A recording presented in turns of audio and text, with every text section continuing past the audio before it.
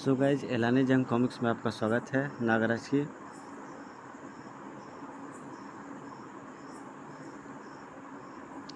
कभी नागराज ने आतंकवाद को नेस्तनाबूद करने की शपथ ली थी और उसको पृथ्वी से लगभग मिटा डाला था।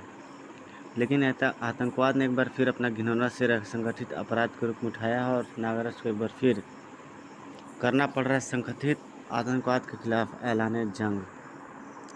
ये अफगानिस्तान की ज़मीन है नागराज, और यहाँ पर मस्तून शाह पठान का हुक्म चलता है। पत्थर तक चलने लगते हैं हमारी जुल्फ़ों से। यहीं पर बनेगी तेरी कब्र और यहीं पर ख़त्म होगी तेरी ये यात्रा। नागराज की इस ऐलान जंग का एक मुख्य कारण था सुप्रीम हेड द्वारा भारती के अपहरण करके उसको आतंकवादियों के हवाले कर देना, और इस मुसीबत में दादा वेदाचार्य को गहरा मानसिक आघात पहुंचाया था। भारती, तुम कहाँ हो भारती? मेरे मानसिक संदेश का जवाब दो भारती।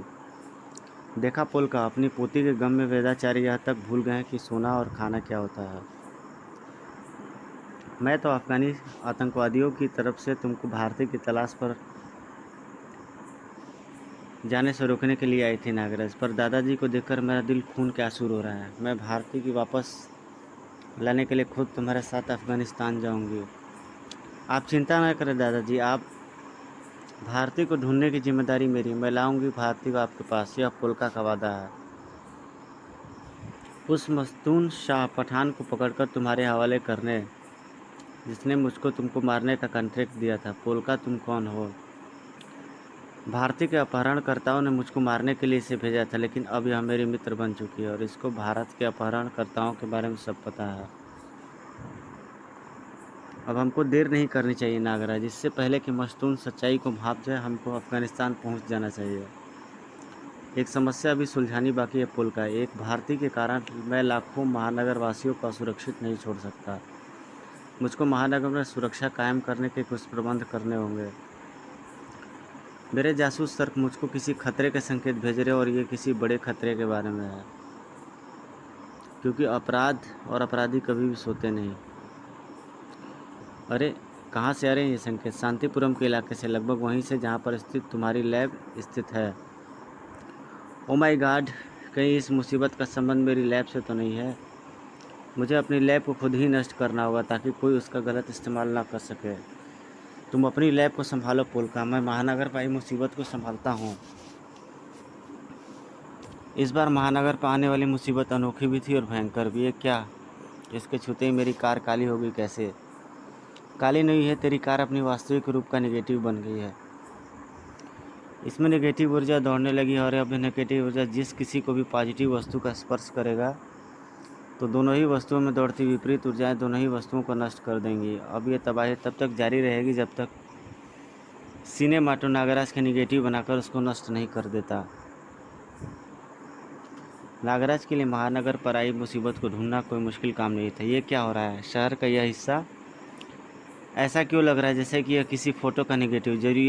जरूर उसी मुसीबत का काम है। और काली नेगेटिव इमारतों की कतारें यह बता रही हैं कि वह मुसीबत गई किधर है। मैं जल्द ही उसको नागराज ने सरपरस्ती को उस काली इमारत में अटका कर आगे बढ़ने की कोशिश की, और मुझे कारण तो नहीं समझ में आया, पर मैं इतना ज़रूर समझ गया हूँ कि काली चीज़ों का स्पर्श करना खतरनाक हो सकता है। अब मैं काली चीज़ों का स्पर्श करूँगा ही नहीं, और जल्दी। हाँ, मिल गया मुझको यह तबाही फैलाने वाला। अब इसको पकड़कर, अरे उस काली इमारत में सरपरस्ती का स्पष्ट होते ही धमाका हो गया और सरपरस्ती टूट गई। इसे इस तबाही का कारण जानना है। ध्वंसक सर्पों के वार ने सिनेमेटो को हवा में उड़ाकर कई फुट दूर फेंक दिया। ओह नागराज, तुमने तो मुझे आश्चर्यचकित कर दिया। अगर सामने से वार करते तो यह वार कभी नहीं लगता, और तूने मुझे क्रोधित कर दिया है। कौन है तू और किस मकसद से तू महानगर पर तबाही ढा रहा है? जो काम पोलका नहीं कर पाई उसको करने आया है सिनेमेटो। अब तुझको मारने से पहले ज़रा सी प्रैक्टिस तो करनी ज़रूरी थी। अब तू मरने के लिए तैयार हो जा नागराज। और नागराज, तू जैसे अपराधियों को दीवार पर उल्टा लटका देता है, वो भी जिंदा। फू, क्योंकि सिनेमाटो जिसके पीछे पड़ जाता है उसका पहले निगेटिव निकालता है और फिर उसका पॉजिटिव बनाकर दीवार पर लटका देता है हार पहनाने के लिए। आह, बड़ी खतरनाक है तेरी विष पुकार। मैंने इसके बारे में पहले ही सुन रखा है और नाक में फ़िल्टर लगाकर इससे बचने का इंतज़ाम भी कर रखा है। तो फिर तुझको पकड़कर तेरी नाक से फ़िल्टर निकालना पड़ेगा सिनेमैटो। ओह, तू नागरस्सी से मुझको पकड़ना चाहता है तो ले पकड़ ले। सिनेमैटो के शरीर से टकराते ही सर्परस्सी तेज़ी से निगेटिव रूप में आने लगी। आश्चर्यचकित नागराज इस बार से बचने का रास्ता सोचता ही रह गया। एक पल के बाद नेगेटिव ऊर्जा का संपर्क नागराज से होने ही वाला था, लेकिन सर्परस्सी को किसी ने बीच में ही तोड़ दिया।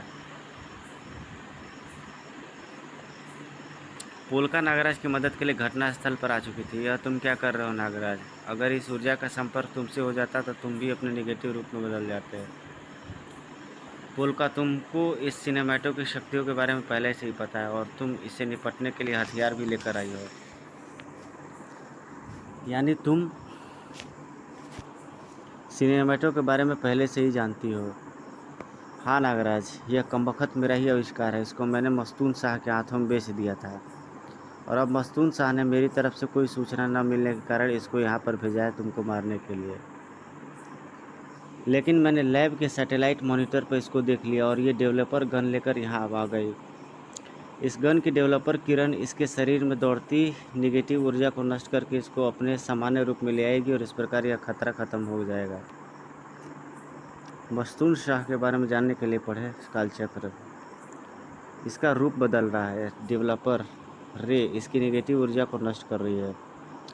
मैं किरण की तीव्रता को बढ़ा देती हूँ नागराज। कुछ ही पलों में एक सामान्य इंसान बनकर रह जाएगा। कुछ ही पलों में सिनेमैटो की शक्ति पूरी तरीके से नष्ट हो जानी थी,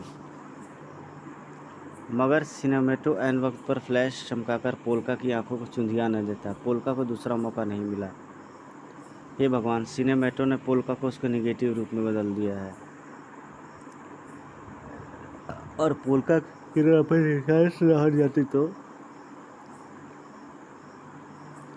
और उसके पैर सड़क के संपर्क में होने के कारण नेगेटिव और पॉजिटिव ऊर्जा आपस में मिल रही है और पोलका के पैरों से नीचे धमाके हो रहे हैं। मुझे पहले पोलका को बचाना होगा, लेकिन कैसे? पोलका को मैं चाहे किसी भी चीज़ से पकड़ने की कोशिश करूं पर विस्फोट तो होगा ही और हवा में उछड़ती पोलका बार बार ज़मीन से टकरा रही है और हर बार होता विस्फोट उसको और भी ज़्यादा घायल करता जा रहा है। पोलका को बचाने के लिए मुझको सिनेमैटो पर हमला करना होगा।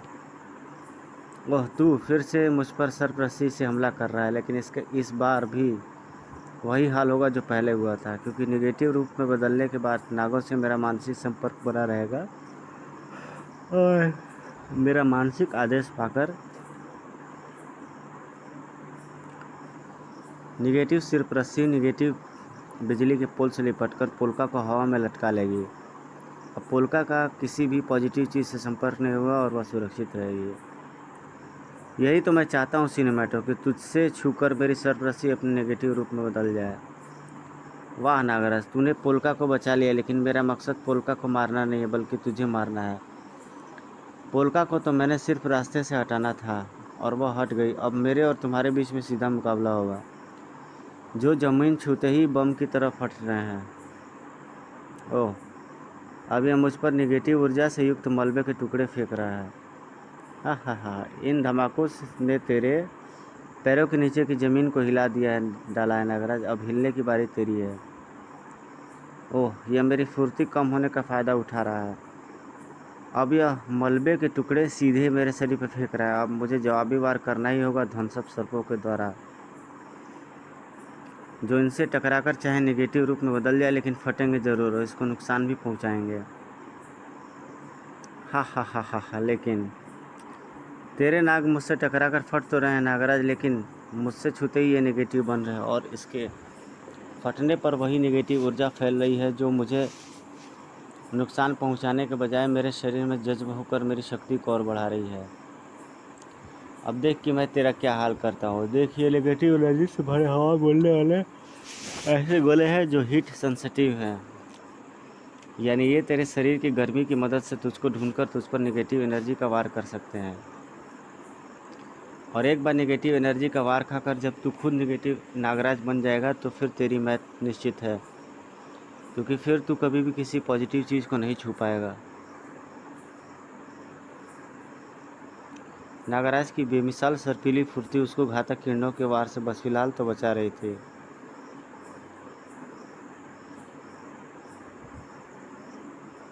लेकिन ज़्यादा देर तक ये फुर्ती काम नहीं आने वाली थी। अब इन गोलों से बचना मुश्किल है, लेकिन इनके वारों को मोड़ना ज़्यादा मुश्किल काम नहीं है। और फिर अरे रे, ये क्या! गोलों ने तेरा पीछा करना छोड़ दिया है और जाकर उस दीवार से टकराकर उसको निगेटिव बना दिया है। पर कैसे? क्योंकि मैंने अपने शरीर के तापमान को शीत नागकुमार की मदद से एकदम कम कर दिया और ध्वंसक सर्पों ने दीवार का तापमान बढ़ा दिया है। हीट सेंसिटिव होने के कारण तेरे गोले वहीं जाकर टकरा गए जहाँ पर इनको ऊष्मा का आभास हुआ। शीत नागकुमार कौन है? खैर, कुछ भी कर ले, तू मुझसे सिर्फ बच सकता है, मुझ पर वार नहीं कर सकता है।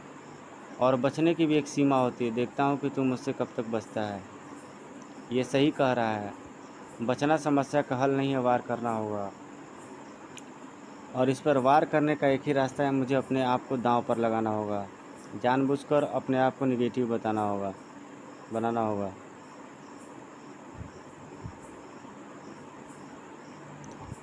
अब तू मारा गया नागराज, जल्दी ही तू खुद अपने चिथड़े उड़ा लेगा।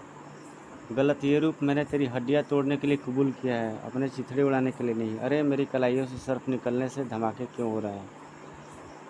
क्योंकि सिर्फ तू निगेटिव बना है नागराज, तेरे सर्प नहीं। अब जैसे ही सर्प तेरे शरीर से निकलेंगे, पॉजिटिव और निगेटिव ऊर्जाएं मिलेंगी और धमाका हो जाएगा। अब तेरी कोई भी शक्ति शरीर से बाहर नहीं निकल सकती है नागराज। अब मैं तेरी नागरस्सी को तोड़कर तेरा स्पर्श पॉजिटिव ऊर्जा युक्त वस्तुओं से कराऊंगा और तेरे चिड़ता उड़ता देखूंगा। नागराज का शरीर जमीन से टकराया और धमाके के साथ साथ नागराज की एक तीख चीख भी वातावरण में गूंज उठी। या। अब मैं वह व्यवहार करूंगा जिसके लिए मैंने जानबूझकर निगेटिव रूप धरा। कि सिर्फ टू निगेटिव बना है नागराज, तेरे शर्त नहीं। और जैसे ही शर्त तेरे शरीर से बाहर निकलेंगे, पॉजिटिव और निगेटिव ऊर्जाएं मिलेंगे और धमाका हो जाएगा। तेरी कोई भी शक्ति तेरे शरीर से बाहर नहीं आ सकती नागराज। और अब मैं नागरस्सी को तोड़कर तेरा स्पर्श पॉजिटिव ऊर्जा युक्त वस्तुओं से कराऊंगा और तेरे चिथड़े उड़ता देखूंगा। नागराज का शरीर जमीन से टकराया और धमाके के साथ साथ नागराज की एक चीख भी वातावरण में गूंज उठी। और अब मैं वह व्यवहार करूंगा जिसके लिए मैंने जानबूझकर ये निगेटिव रूप धरा है। कौन सा काम? तेरा जबड़ा तोड़ने का काम। मुझ पर वार करने के बाद भी तो तू जमीन पर गिरेगा नागराज, तेरे और धमाके से घायल होगा। चोट मुझको कम लगेगी, तुझको ज़्यादा। धड़ाक। गलत, तुमको शायद यह नहीं पता कि मैं दीवार पर चिपक सकता हूँ। इस पर वार करने के बाद मैं उन्हीं दीवारों पर चिपक जाऊँगा जिसको तेरे वारों ने पहले ही निगेटिव बना दिया है। और फिर इस दीवार से उछलकर मैं तुझ पर वार करता हुआ दूसरे निगेटिव से चिपक जाऊँगा, दीवार पर चिपक जाऊँगा। हाँ, तेरे वार अब मुझ पर बेहतर रहेंगे क्योंकि वे मुझको नुकसान नहीं पहुँचा सकते।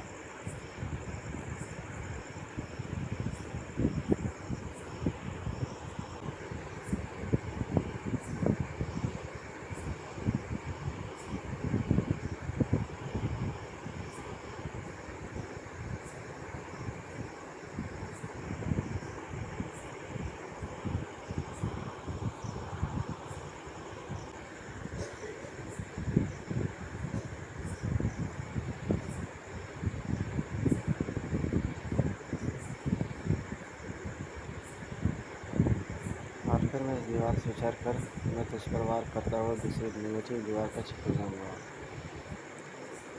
नागराज के लगातार बढ़ते शक्तिशाली वारों के सामने सिनेमैटो टिक नहीं पाया और सिनेमैटो के दिमाग पर बेहोशी की काली परत चढ़ती चली गई। हम और फिर तेरे ऊपर अपना एक और एहसान चढ़ा दिया नागराज। अगर तुम न होते तो सिनेमाटो मेरे चिप्स उड़ा देता। धन्यवाद, बाद में देते रहना फूल का। पहले इस नेगेटिव रूप से छुटकारा पाने का उपाय सोचो। अभी भी हम खतरे से बाहर नहीं हैं। इस रूप में हम हर पॉजिटिव चीज़ हमारे लिए कम है। मदद तो सिर्फ मेरी लैब में पहुंचकर ही मिल सकती है और वहां तक हम बगैर पॉजिटिव चीज़ों के स्पर्श किए नहीं पहुंच सकते।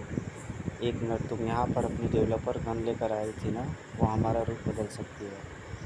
नहीं नागराज, वह गन तो सिनेमैटो के वॉर से निगेटिव बन गई थी। उस वॉर से उसमें मौजूद डेवलपर रे का असर भी बदल गया होगा। वैसे भी डेवलपर गन हमसे दूर हुई गिरी है, उस तक पहुंचना मुश्किल है। उसका तरीका मेरे पास है। जिस नेगेटिव रस्सी से तुम लटकी हुई थी उसको मैं गन से पास फेंकता हूँ, और फिर मेरे मानसिक आदेश पर गन को हम पर चला देंगे। ठहरो नागराज, अगर डेवलपर रे का असर बदल गया तो हम पर और मुसीबत फंस जाएंगी। हो सकता है कि हमारी जान ही चली जाए। खतरे में हम अभी भी हैं पोलका। सिर्फ फिर डेवलपर रे आजमाने में भरा क्या बुराई है। डेवलपर रे दोनों के शरीर से टकराई और पोलका ने खतरे की आशंका से अपनी आंखें कसकर बंद करी। लेकिन हम सामान्य हो गए नागराज नॉर्मल हो गए, पर हमारे पॉजिटिव बनते ही नेगेटिव पोल हमारे लिए बम बन गया। उसकी चिंता मत करो पोलका। अब सर्फ रस्सी मेरी कलाइयों से निकल सकती है, सर्फ रस्सी हमको बचा लेगी। कमाल कर दिया तुमने नागराज, लेकिन डेवलपर रे का प्रयोग करके तुमने बहुत बड़ा खतरा मोल लिया था। कोई खतरा नहीं था पोलका। मुझे पता था कि अगर मेरे नेगेटिव बनने से मेरे शरीर के सर्प सामान्य ही बने रहे तो डेवलपर गन के नेगेटिव बनने के बावजूद भी उसमें मौजूद डेवलपर रे भी बदली नहीं हुई। अब मेरी लैब की तरफ चलो लग रहा है, ताकि मैं डेवलपर रे को भाई बनाकर सभी इमारतों को भी सामान्य बना सकूं, और फिर महानगर की नेगेटिव वस्तुओं को सामान्य बनाने का काम शुरू हो गया। एक नगर से यह अच्छा ही हुआ पोलका के मस्तून सा ने उसी आदमी को मेरे पीछे भेजा जिसको तुमने बनाया था, वरना शहर का यह हिस्सा नेगेटिव ही बना रह जाता। सच है नागराज, लेकिन मस्तून शाह ने ऐसा करके पूरे मामले को पेचीदा बना दिया है। सिनेमैटो का आना ये बताता है कि या तो मस्तून शाह मुझको मरा हुआ समझ रहा है, फिर गद्दार। अब उसको यह भी पता चल जाएगा कि सिनेमैटो भी नाकामयाब हो गया है। अब उसको तुम्हारे अफ़गानिस्तान पहुंचने का डर हो गया है। उस तक पहुंचना उतना ही मुश्किल होगा जितना नंगे पाँव तपते रेगिस्तान को पार करना। फिर हम मस्तून शाह तक कैसे पहुंचेंगे? याद रखो, हमारा मकसद सिर्फ मस्तून का आतंकवाद ख़त्म करना है, बल्कि भारती को भी जिंदा वापस लाना है। उसके बाद तुमको सिर्फ मैं ले जा सकती हूँ नागराज, लेकिन अब तो वह मुझे भी अपना दुश्मन समझ लेगा। ऐसा है तो दुश्मन को दोस्त बना लो, और इसका तरीका मैं तुमको बताता हूँ, सुनो। नागराज पोलका को अपनी योजना बताने लगा। वाह नागराज, क्या प्लान बनाया है। मैं तो तुम्हारे दिमाग की दीवानी हुई जा रही हूँ। दीवानी होने से पहले तुम जाकर अपने लैब को डिसमेंटल करो, और मैं जाकर महानगर को सुरक्षित रखने का प्रबंध कर जाता हूँ। उधर और अफ़गानिस्तान के दक्षिणी शहर कंधार के पास एक अत्यंत गुप्त स्थान पर। ए रुक, अंदर कहाँ भागा जा रहा है? मस्तून साहब भी आराम फरमा रहे हैं। हट मेरे रास्ते से। मुझे बंदा परवर मस्तून साहब को एक बहुत बड़ी ज़रूरी खबर देनी है। क्या बात है अलवीब, ऐसी कौन सी ज़रूरी खबर है जो हमारे जागने का इंतज़ार नहीं कर सकती? सिनेमाटो पकड़ा गया बंदा परवर, और उसको नागराज के साथ मिलकर पकड़ने वाली पोलका है। ऐसा खबर हिंदुस्तान से आई है। पोलका यानी वह अभी जिंदा है। इसका खबर का सीधा सा मतलब है कि पोलका गद्दार हो गई है। नज़रें खुली रखो हल्दीप, नागराज हमारे पीछे यहाँ तक जरूर आएगा। तभी ट्रांसमीटर पर किसी का मैसेज आ रहा है। Hello Roger, polka speaking. मेरा प्लेन कंधार के ऊपर उड़ रहा है, उतरने की इजाज़त ओवर। इजाज़त है पोलका, मस्तून अफ़गानिस्तान में तुम्हारा खैर मकदम करता है। ये ज़रूर पोलका की कोई चाल है, या फिर नागराज ने उसको अपने कब्जे में कर लिया है। अपने आदमियों के हवाई पट्टे के दोनों तरफ तैनात कर दो, और हल्का सा भी शक होते ही उनको उड़ा देना। समझे हल्दीप? समझ गया बंदा परवर। बस हम उतरने ही वाले हैं नागराज, तैयार हो जाए। एक बार बता पोलका, ये मस्तून साहब कुछ ही महीनों में पूरे अफ़गानिस्तान पर कब्जा करने में कैसे सफल हो गए? लोग आखिरकार इसका साथ क्यों दे रहे हैं? मस्तून के पास कुछ शैतानी शक्तियाँ हैं नागराज। वे शक्तियाँ लोगों को हिंसक और अपराधी बनाती हैं, और इस कारण अफगानी बंदूक उठाकर अपने ही लोगों का खून बहा रहा है। मैंने तो यहाँ तक सुना है कि अफ़गानिस्तान के पत्थर तक मस्तून शाह का हुक्म मानते हैं, लेकिन उसकी शक्ति का क्या राज है यह मुझे नहीं पता। घातक हथियारों के साए में प्लेन हवाई जहाज़ पर उतर आया। आप बोल कर इससे पहले कि इस जहाज़ को बम से उड़ा दिया गया, बता तू गद्दार क्यों हो गया, किसी सफर में किया और नागराज के साथ निर्वेश सिनेमाटो को पकड़वा दिया क्यों? इसलिए नागराज, तू नागराज को बंदी लेकर आई बनाई। वाह वाह, काम बन गया। पोलका द्वारा मुझे बंदी बनाकर जाने से इनको अभी तक यह शक नहीं हुआ कि मैं सचमुच में बंदी नहीं हूँ। यह मेरी योजना का एक हिस्सा, और जब तक ये सच्चाई को समझ जाएंगे तब तक मैं मस्तून शाह तक पहुँच कर उसको अपने कब्जे में ले लूँगा। मस्तून ही अपने अफ़गानिस्तान में आतंकवाद की जड़ है, और इस अपने जड़ों को काट देने से आतंकवाद का पेड़ अपने आप सूख जाएगा। लेकिन मस्तून तक पहुँच पाने से पहले ही ये झटका मुझको कैसे लगा? मैंने लगाया। जब तक तुम बेबस नहीं थे तब तक मस्तून शाह तुमको अपने कब्जे में कैसे ले गया? ये तुम क्या कह रही हो? हमारा प्लान तो मस्तून शाह को पकड़ने का था, हमारा नहीं तुम्हारा प्लान था। वैसे अगर तुम ये प्लान ना सुझाते तो मैं भी कुछ ऐसा ही प्लान बनाने वाली थी। दरअसल तुमको यहाँ पर बंदी के रूप में लाने का एक ही रास्ता था, तुम्हारा विश्वास हासिल करना। ऐसा तुमने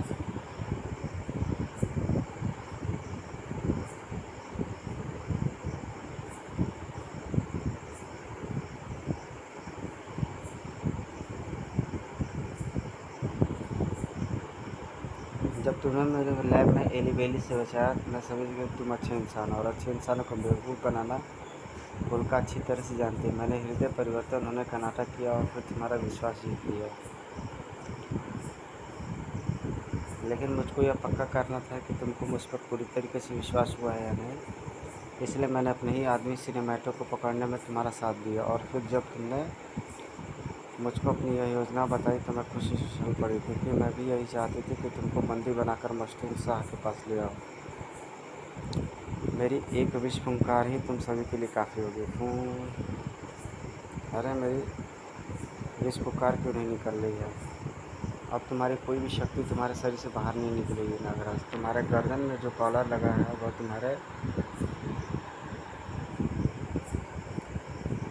दिमाग से निकलने वाले संकेतों को बीच में ही रोक रहा है। तुम्हारे शरीर में मौजूद किसी भी शक्ति तक तुम्हारा मानसिक आदेश अब नहीं पहुंच पा रहा है, और जब तक दिमाग आदेश न दे तब तक शरीर का कोई अंग काम नहीं कर सकता। तो फिर मैं इस पट्टे को उतार फेंकूँगा।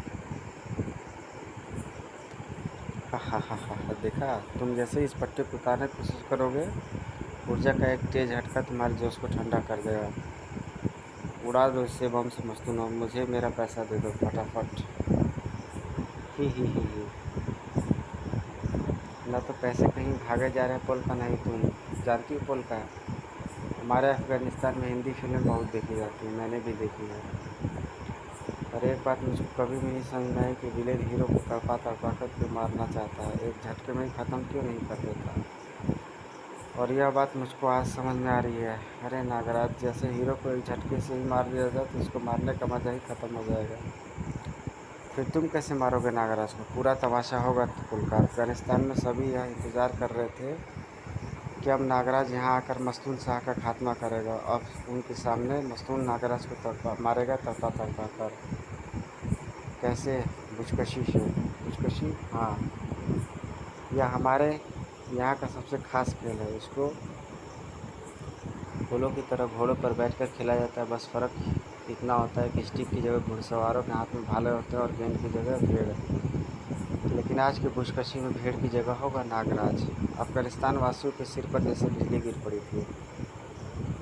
बुजकशी में भेड़ की जगह नागराज है। उफ, वही तो हमारी आखिरी उम्मीद था। इसके अलावा हमको मस्तून शाह से कोई नहीं मुक्ति दिला सकता। फ़िलहाल तो नागराज को ही मुक्ति की ज़रूरत है, लेकिन उसे मुक्ति दिलाएगा कौन? बुजकशी का खेल शुरू हो गया और बेशुमार भाले नागराज के शरीर में धंसने लगे। सुना था इसके घाव अपने आप भर जाते हैं, लेकिन अभी तो इसके घाव नहीं भर रहे हैं। शायद इसके गले में पड़े पट्टे ने इसकी वह ताकत भी ख़त्म कर दी है। अपने आप में घाव भरना भी मेरी एक शक्ति है, और मेरी हर शक्ति से मेरा संपर्क कट चुका है। बुजकशी का खेल शुरू हो गया और बेशुमार भारे नागराज के शरीर में लगातार धंसने लगे।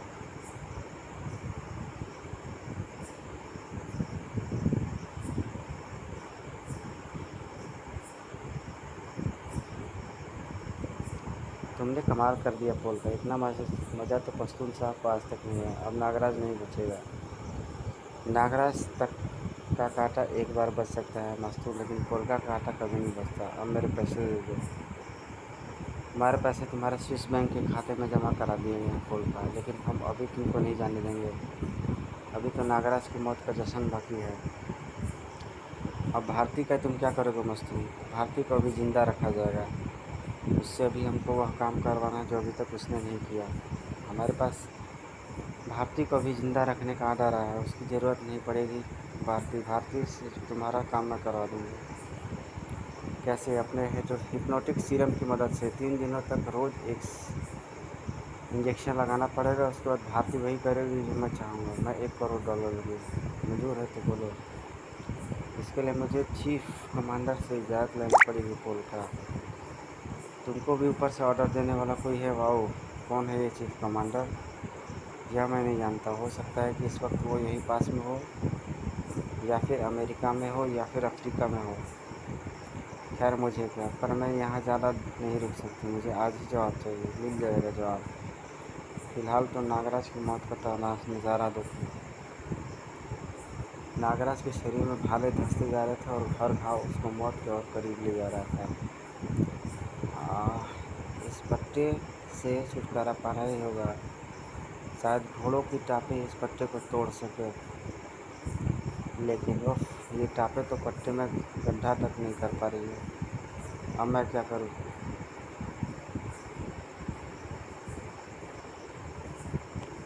नागराज पट्टे को तोड़ने की कोशिश कर रहा है पोल का। अगर यह पट्टा उसकी गर्दन से उतर गया तो गजब हो जाएगा।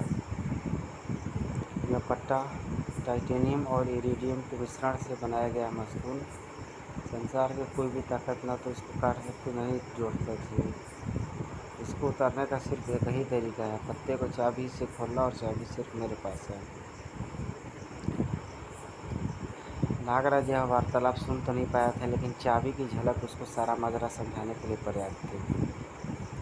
मुझको चाबी हासिल करनी होगी। मैं इसी मौके का इंतज़ार कर रहा था। यह पट्टा सिर्फ मेरी गर्दन के नीचे के हिस्से की शक्ति को रोक सकता है, लेकिन मेरे पास अभी भी एक ऐसी शक्ति है जो गर्दन के ऊपर के हिस्से में है। अगले ही पल मस्तूम शाह और पोलका के साथ साथ दूसरे आतंकवादियों ने भी एक अत्यंत आश्चर्यजनक दृश्य देखा।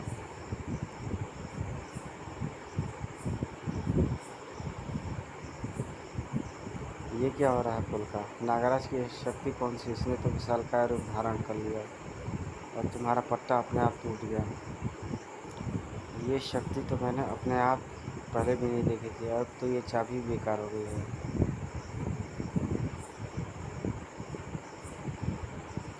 हर नज़र नागराज को जमी हुई थी, इसलिए कोई नहीं देख पाया कि चाबी को उठाने वाला वह हाथ किसका था। हमारे हथियार पहाड़ तक का सीना चाक कर सकते हैं, फिर इस नागराज की भला क्या भी साथ है। उड़ा दो उसको, चिथड़े चिथड़े उड़ा दो उसके। ग्रेनेड लॉन्चर और रॉकेट लॉन्चर जैसे घातक हथियार नागराज को ग्रेनेड निशाना बनाकर दबे, और रॉकेट और ग्रेनेड नागराज की तरफ उड़ चले, लेकिन फिर वापस मुड़ गए। टक, और निशानेबाज खुद ही निशाना बन गए। यह कमाल वास्तव में नागराज के शक्तिशाली सम्मोहन का था। मेरा सम्मोहन शक्ति मेरी आंखों पर रहती, इसलिए यह पट्टा मेरी सम्मोहन शक्ति को रोक नहीं पाया, और उसी सम्मोहन से मैंने अपने आप को विशालकाय होने और पट्टे पर टूटने का भ्रमजाल दिखाया, और फिर चाबी उठाकर पट्टे को खोलकर मैं गायब हो गया। लेकिन अभी भी मैं अपना यह सम्मोहन नहीं तोड़ूंगा। जो धमाके ये रॉकेट और ग्रेनेड समझ रहे थे, वे अक्सर मेरे ध्वंसक शर्तों के हैं। अब वास्तव में ये हो रहा था, तड़ाक। लेकिन देखने वालों को यह दृश्य ऐसा नज़र आ रहा था तमाशा नागराज की निगल के आतंकवादी की मौत का हो रहा था। देखा बा नागराज हमको आज़ाद कराएगा, खुशहाली वापस लाएगा।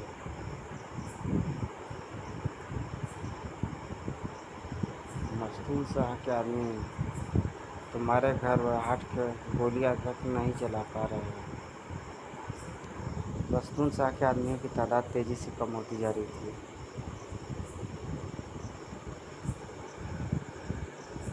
हमारे सारे एरिया कमांडरों को नागराज ने बेहोश कर दिया है। मस्तूल हमारे संगठन की रीढ़ की हड्डी तोड़ दी है उसने। अब बारी हमारी और तुम्हारी है मस्तूल। मस्तूल अभी ख़त्म नहीं हुआ है पोलका। मैं नागराज को ख़त्म कर दूंगा और आतंकवादी संगठन को फिर से बना लूँगा। नागराज को रोकना इतना आसान नहीं है मस्तूल। ये मत बोलो पोलका कि नागराज की कमज़ोर नस अभी हमारे हाथ में है, और वह कमज़ोर नस है भारतीय। अगर नागराज किसी तरीके से भारती तक पहुंच गया तो मेरा $1 करोड़ का नुकसान होगा, और तुमको अपनी जान का, क्योंकि तब चीफ कमांडर को ज़िंदा नहीं छोड़ेगा।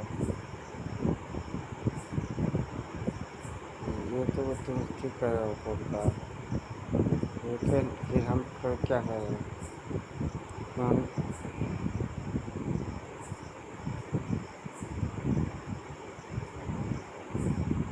तुम नागराज को रोकने की कोशिश, ख़त्म करने की कोशिश करो, तब तक मैं भारती को यहाँ से सुरक्षित स्थान पर ले जाती हूँ।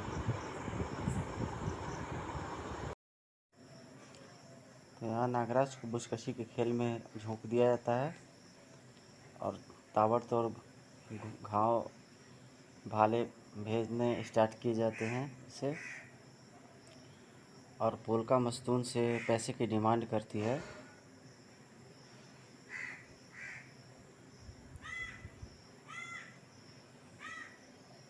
पोलका बताती है कि वो जो पट्टा रहता है वो टाइटेनियम और इरिडियम का मिश्रण से बनाया गया है।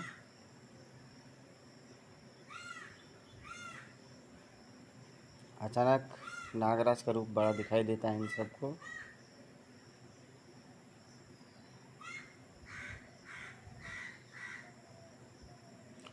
नागराज सम्मोहन कस्म पास करके सभी को परास्त करता है। दरअसल ये नागराज के सम्मोहन का कमाल होता है।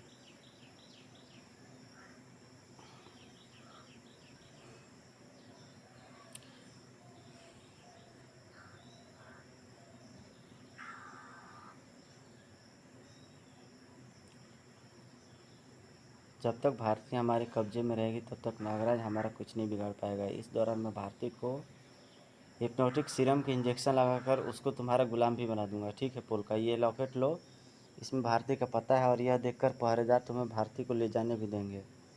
नागराज देखेगा मस्तूल शाह की शैतानी शक्तियों का नजारा। सबसे पहले इसकी विशालकाय होने का राज जानना होगा। या मेरी शैतानी आँख और दिखा मुझको नागराज की ताकत का राज। शैतानी आँख के जरिए मस्तूल को नागराज का असली रूप दिखने लगा। ओह, नागराज सम्मोहन का इस्तेमाल कर, अभी तोड़ता हूँ इस सम्मोहन को। ओह, मेरा सम्मोहन समाप्त हो गया, लेकिन साथ ही साथ मस्तूल शाह के सभी आतंकवादी सैनिक भी साथी भी बेहोश हो गए। अब तू बचा है मस्तूल, और तुझसे निपटने के मेरे पास और भी शक्तियाँ हैं।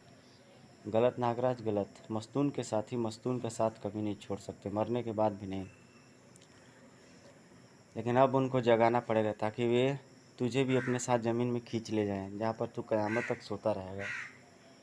जानता है कि तू इस वक्त कहाँ पर खड़ा है? यह एक कब्रिस्तान है। अमेरिकी सैनिकों ने अफगानिस्तान पर हमले के दौरान यहीं पर मेरे कई साथियों को मारकर दफना दिया था। आज तक वे सुकून से सो रहे हैं। शैतानी आँख से निकलकर कई किरणें लहर कर से ज़मीन पर विभिन्न स्थानों से टकराई। जमीन जगह जगह से फटने लगे और उसमें से भयावह आकृतियाँ बाहर निकलने लगी। ओह, मस्तूल शाह में वाकई शैतानी शक्तियाँ हैं। उसकी शैतानी आँख ने ज़मीन में दबे मुर्दों, जिंदे मुर्दे यानी जुम्बी को रूप दे दिया है, और इनमें गजब की ताकत भी है। हा हा हा हा हा, अब तू मरेगा नागराज। क्योंकि तेरी कोई भी ताकत इन पर असर नहीं करेगी। यही सही कह रहा है, सब शक्ति इस पर बेअसर और सारी शक्ति में ये मेरे बराबर है। मस्तून के अनुसार ये कब्र में आराम से सो रहे थे, यानी इनको वापस कब्र में पहुंचा दिया जाए तो ये फिर से मृत हो जाएंगे।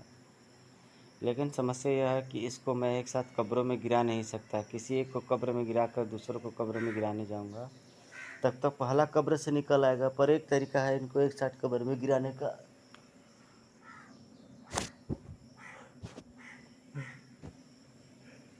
फर्क बस इतना सा होगा कि ये कब्रें नहीं होंगी, अब ये आराम से सो जाएंगे। अरे मैं शैतानी आँख को तो भूल ही गया था, ये फिर ज़मीन में दरारें पैदा कर रही हैं।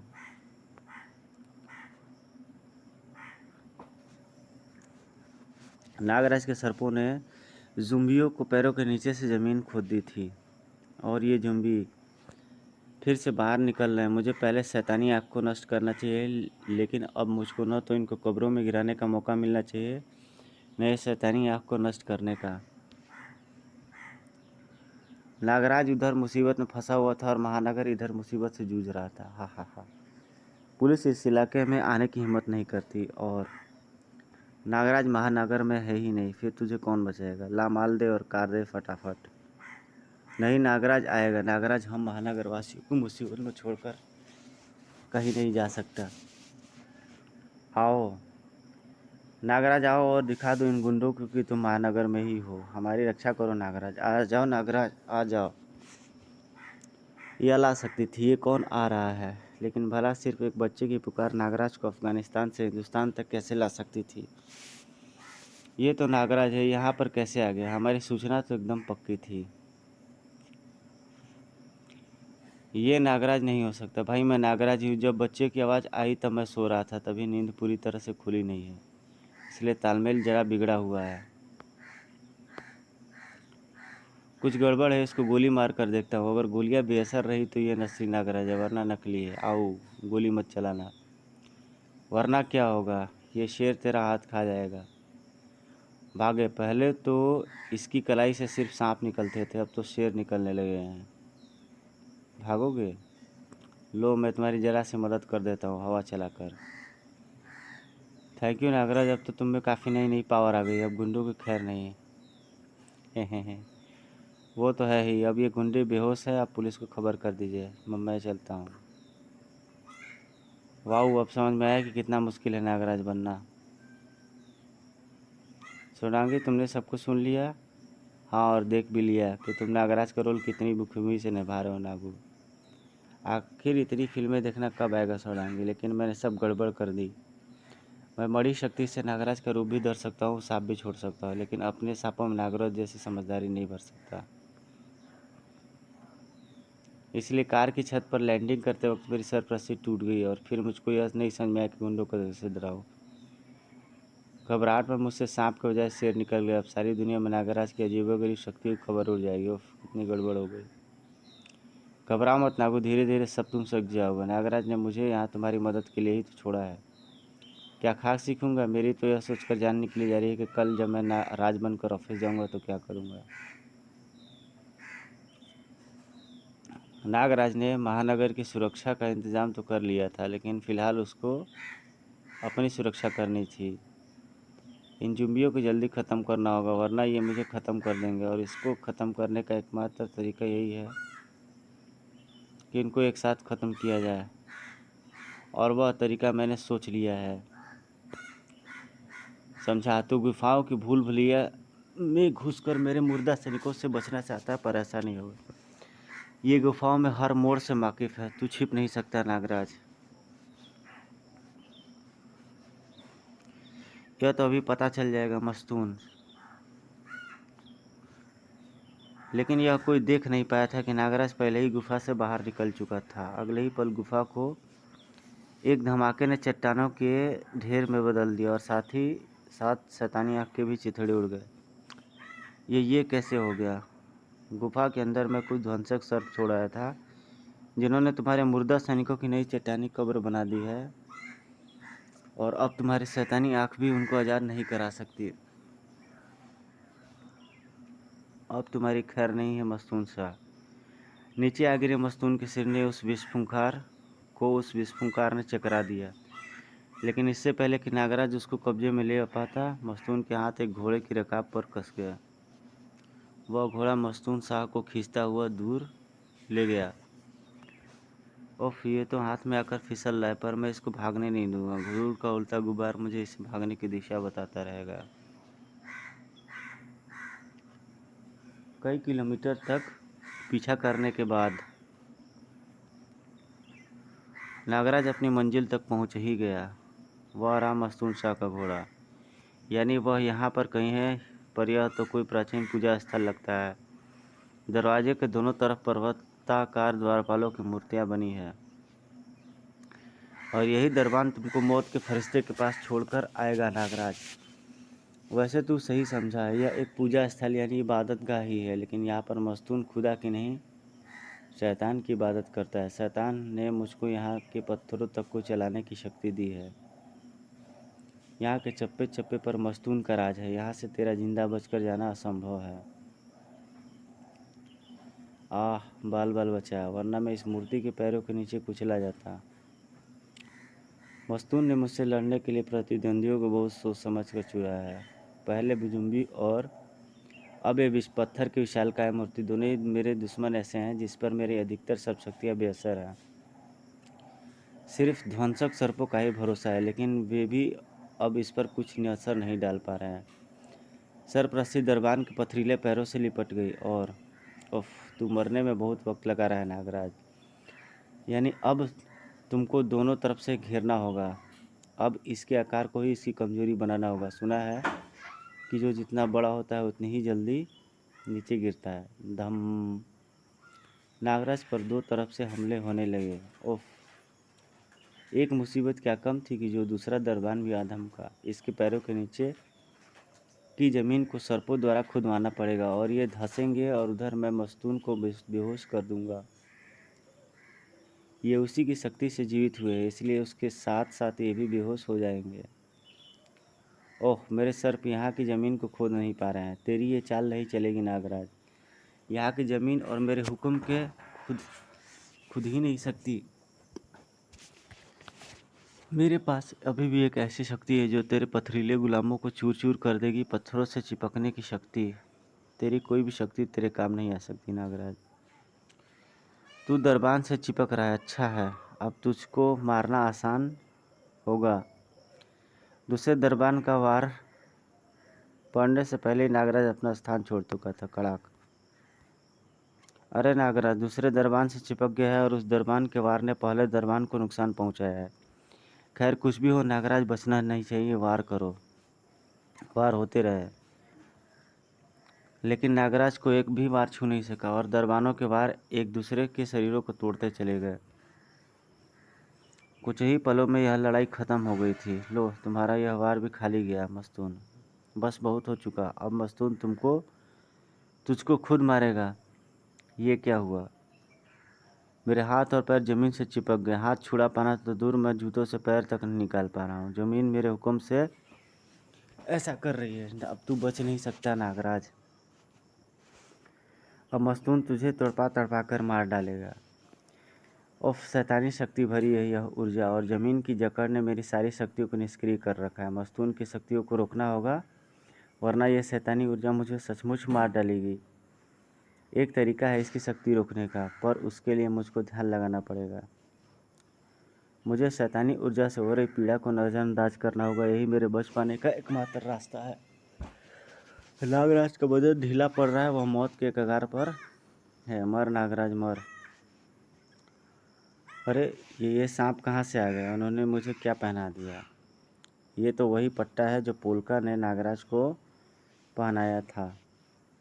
हाँ, ये वही पट्टा है मस्तून। इसको मेरे वे सर्प मानसिक आदेश पर उठा कर लाए हैं, जिसको मैं बुजकशी के मैदान में छोड़ाया था। मेरे सर्प ये पट्टा भी उठा लाया और तुझको पहना भी दिया। अब ये पट्टा मेरी शक्तियों की तरह तुम्हारी शक्तियों को भी निष्क्रिय कर देगा। हाँ हाँ, मेरी कोई भी शक्ति काम नहीं कर रही है। अब तुम्हारी शक्तियाँ कभी काम नहीं करेंगे मस्तून, क्योंकि ये पट्टा सिर्फ अपनी ही चाबी से खुल सकता है, और वह चाबी बुजकशी के मैदान में कहीं दब चुका है। मुझ पर वार करने से पहले अंजाम सोच लेना। अगर भारती भी मेरे कब्जे है, अब नहीं है मस्तून। पोलका, तू भारती को लेकर यहाँ क्यों चली आई? क्योंकि मैंने भारती को आज़ाद कराने का वचन दिया था। इसके दादा को यह सारा नाटक तो तुम्हारा विश्वास हासिल करने के लिए खेला गया था। मैंने कभी नागराज को धोखा नहीं दिया। यानी तू मुझको धोखा दे रही थी गद्दार? धोखा तो तू मानवता को दे रहा था। मैंने नागराज को बंदी बनाने और उसको धोखा देने का नाटक सिर्फ तेरा विश्वास हासिल करने के लिए किया था। तुझको जरा भी शक न हो इसलिए हमने असली पट्टे तक का प्रयोग किया। हमको यकीन था कि नागराज पट्टे के बावजूद तुमको मार देने में सफल हो जाएगा। इधर नागराज तुमको उलझाया रहा और उधर मैं तुम्हारा विश्वास हासिल करते भारती को यहाँ ले आया। आह, इससे बड़ा धोखा मैंने ज़िंदगी में कभी नहीं खाया तड़ाक, और अब खाओगे भी नहीं, क्योंकि तुम्हारी बाकी ज़िंदगी अब हाई सिक्योरिटी जेल में कटेगी। मैं तुम्हारे मुंह से पट्टा हटाता हूँ भारती, फिर तुम मुझको बताना कि तुम पर क्या बीती। अरे क्या हुआ नागराज? ये भारती नहीं, कोई और लड़की है। यानी अब तू मुझे धोखा दे रही है मस्तून? बता असली भारती कहाँ है? मुझे पता नहीं, मेरे पास तो इस लड़की को भारती बनाकर भेजा गया था। यानी दुश्मन बहुत चालाक है पोलका। उसने अंदाज़ा लगा लिया कि सुप्रीम हेड द्वारा भारतीयों को अफ़गानियों के हाथों सौंपा जाता देखने के कारण मैं भारती को ढूंढने अफ़गानिस्तान ही आऊँगा, इसलिए वह भारती को कहीं और ले गया। वो आखिर भारती को कहाँ ले गया होगा नागराज? इसका पता लगाए बगैर मैं हिंदुस्तान वापस नहीं जाऊँगा पोलका। मेरी यात्रा अभी ख़त्म नहीं हुई है। इंतज़ार कीजिए नागराज की अगली यात्रा का।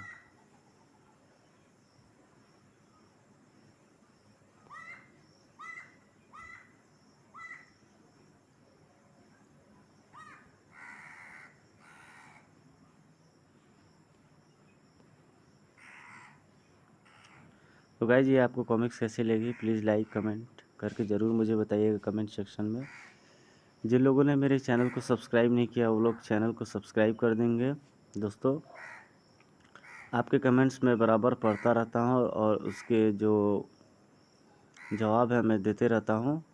उम्मीद करता हूँ कि आपको मेरी ये वीडियो अच्छी लगी होगी। मिलते हैं आपसे एक नेक्स्ट वीडियो में। और जो भी आपको कॉमिक्स रीड करनी हो या पढ़नी हो तो आप मुझे कमेंट्स सेक्शन में ज़रूर लिख करके भेजें, मैं ज़रूर डालने का कोशिश करूँगा guys. Thank you very much दोस्तों। आपका दिन शुभ और मंगलमय हो। जय हिंद।